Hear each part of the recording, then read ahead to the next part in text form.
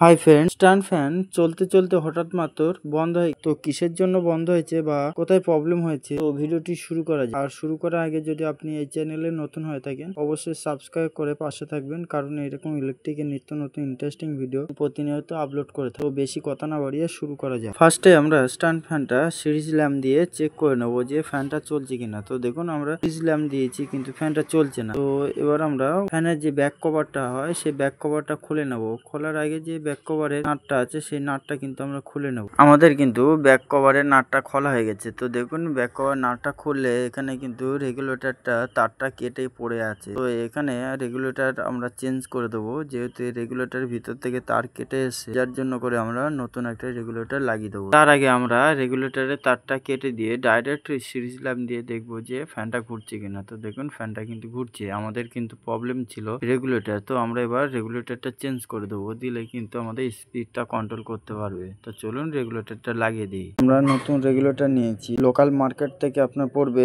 40 থেকে 50 টাকা। তো আপনি এরকম একটা রেগুলেটর নিয়ে রেগুলেটর নষ্ট হয়ে গেলে কিন্তু আপনি বাড়িতে বসেই রিপেয়ারিং করতে পারবেন। তো রেগুলেটরটা আমরা নকটা হয় সেই নকটা খুলে নেবো। নেওয়ার পরে কিন্তু রেগুলেটর যে নাটটা হয় এই নাটটা আমরা নোজ প্লায়ার দিয়ে খুলে নেবো। নেওয়ার পরে কিন্তু আমরা ফ্যানের ব্যাক কভারে লাগিয়ে দেবো।